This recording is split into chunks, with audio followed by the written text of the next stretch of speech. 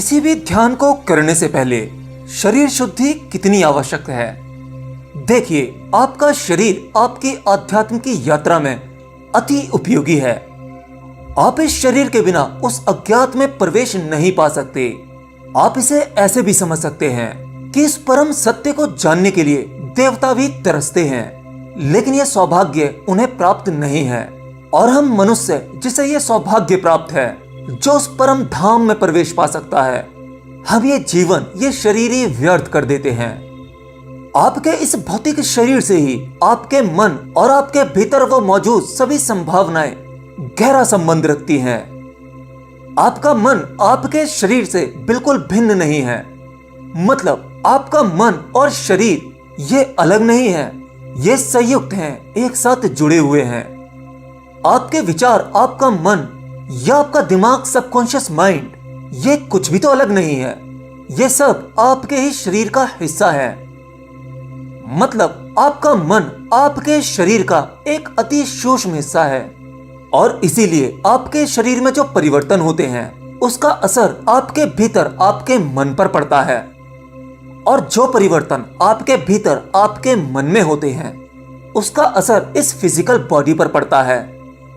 जब भी तो अगर आप रात में कोई स्वप्न देखते हैं, कोई भयानक स्वप्न, तो स्वप्न आपके भीतर घटा, परंतु उसकी सूचना आपका शरीर भी देता है।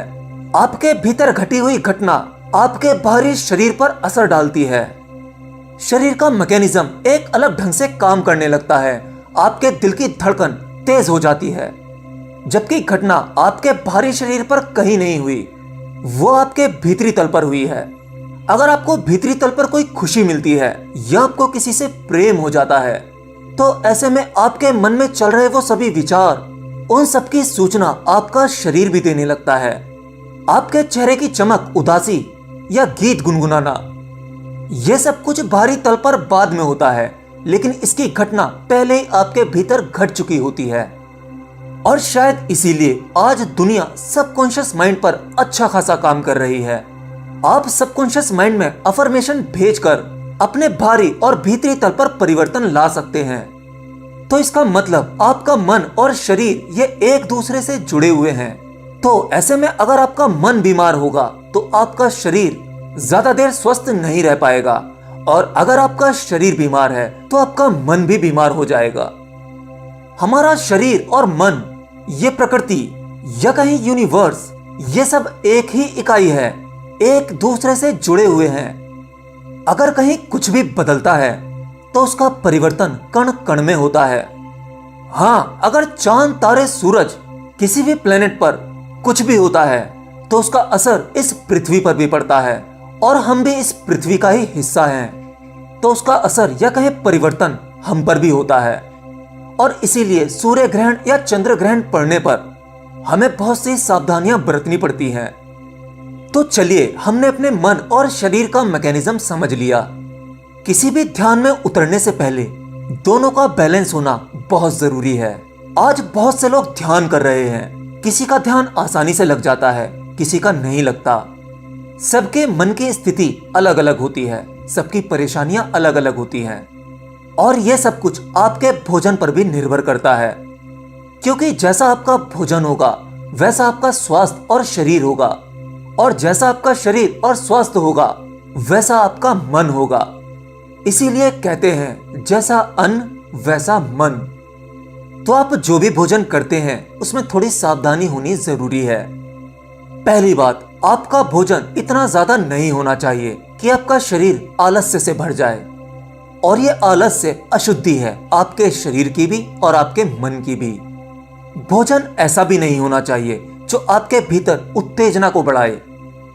उत्तेजना भी अशुद्धि है। दूध, घी, मांस, मच्छी, ये सब उत्तेजना बढ़ाता है।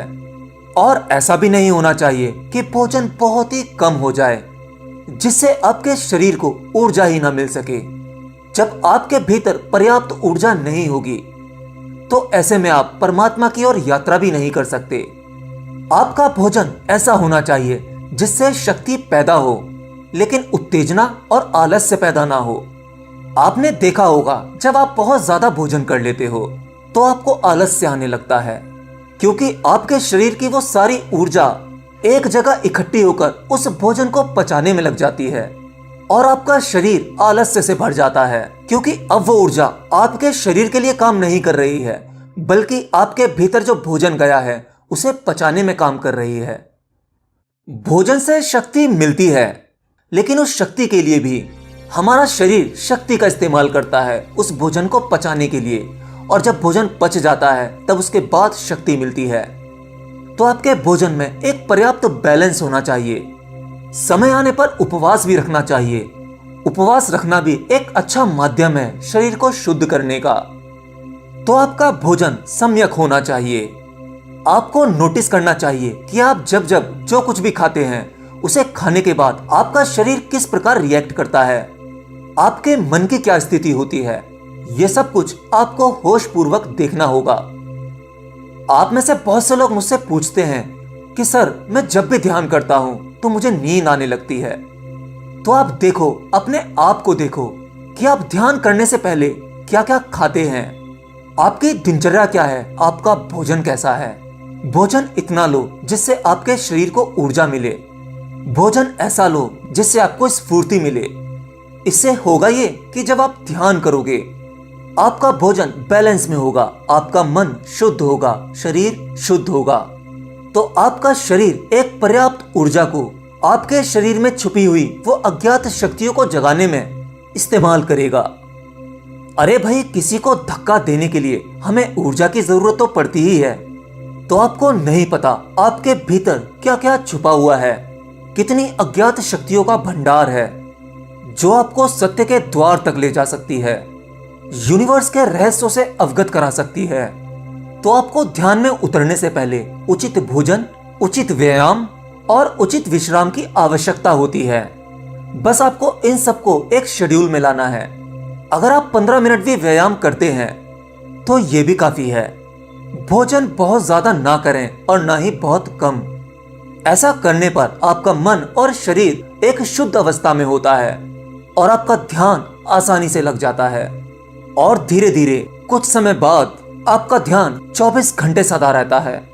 आप ध्यान में ही जीने लगते हो, होश पूर्वक। ये समाज, ये बाजार में रहते हुए भी आपका ध्यान सदा रहता है। चलिए एक दूसरे इंटरेस्टिंग सवाल की तरफ चलते हैं। एक मित्र ने पूछा है कि सर, क्या किसी के उतरे हुए कपड़ों से तांत्रिक विद्या का इस्तेमाल करके किसी को हानि या लाभ पहुंचाया जा सकता है? अगर हाँ, तो ये किस तरह का साइंस है? तो भाई देखो, आप जो भी कपड़े पहनते हो वो कपड़े आपके शरीर से टच होते हैं, और ये दुनिया ऊर्जा का फैलाव है। आपका शरीर भी एक ऊर्जा ही है। हाँ, आपका शरीर पल पल एनर्जी को रिलीज करता है। आपके शरीर में से रोजाना लाखों करोड़ों सेल्स गिर जाते हैं। आपके एक एक सेल में एनर्जी है, और जो कपड़े आप पहनते हैं वो कपड़े आपकी बॉडी की एनर्जी से चार्ज हो जाते हैं। आपके वस्त्र एनर्जी को ऑब्जर्व कर लेते हैं। अब वो कपड़े केवल कपड़े नहीं हैं, अति सूक्ष्म तल पर उसमें आपके चित्त की छाया है। उन कपड़ों में आप हो, उन कपड़ों में आपकी एनर्जी प्रवेश कर चुकी है। अब आप उन कपड़ों से बाहर भी हो और उन कपड़ों के भीतर भी। बेशक आप वो कपड़े उतारकर कहीं भी टांग दो, लेकिन सूक्ष्म तल पर आपका अंश उन कपड़ों में मौजूद है। अब ऐसे में कोई सही विद्या का जानकार तंत्र मंत्र की विद्या से आपके बारे में आपको देखे बिना उन कपड़ों के माध्यम से बहुत कुछ बता सकता है। मैंने भी ऐसे कुछ लोगों को देखा है जो केवल किसी के पहने हुए कपड़ों को हाथ में लेकर और कुछ विशेष विद्या का इस्तेमाल करके उस व्यक्ति विशेष के बारे में बहुत कुछ वो बातें बता देते हैं जिनको बता पाना संभव नहीं है। तो पहले कुछ इस तरह से काले जादू या तंत्र मंत्र की विद्या का प्रयोग किया जाता था। ये किसी के अच्छे के लिए भी हो सकता था और किसी के बुरे के लिए भी।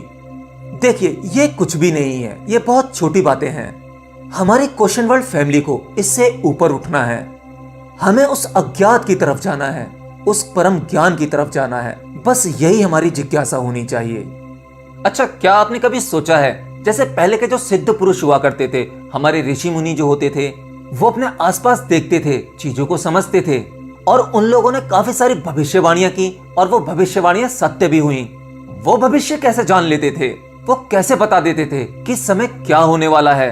उन्हें कैसे पता होता था कि कोई पैदा हुआ बच्चा बड़ा होकर कितना बड़ा योद्धा बनेगा या बड़ा ज्ञानी पुरुष बनेगा? क्या स्वयं उन्हें भगवान आकर ये बताते थे, या उनके पास में कुछ इस तरह का विज्ञान था जो वो बहुत अच्छे से समझते थे और हम उसका 1% भी नहीं समझते? शायद वो अपने आसपास की सभी घटनाओं को बहुत गहराई से ऑब्जर्व करते हो, या उनके पास में कुछ ऐसा हो जिससे वो डायरेक्ट यूनिवर्स से कनेक्ट रहते हो। और याद रखना, इस यूनिवर्स में हर तरह का डाटा मौजूद है, हमारे पास्ट, प्रेजेंट, फ्यूचर, वहां सब कुछ मौजूद है। बस आपको कोडिंग पता होनी चाहिए, फिर जो चाहें वो जान सकते हैं।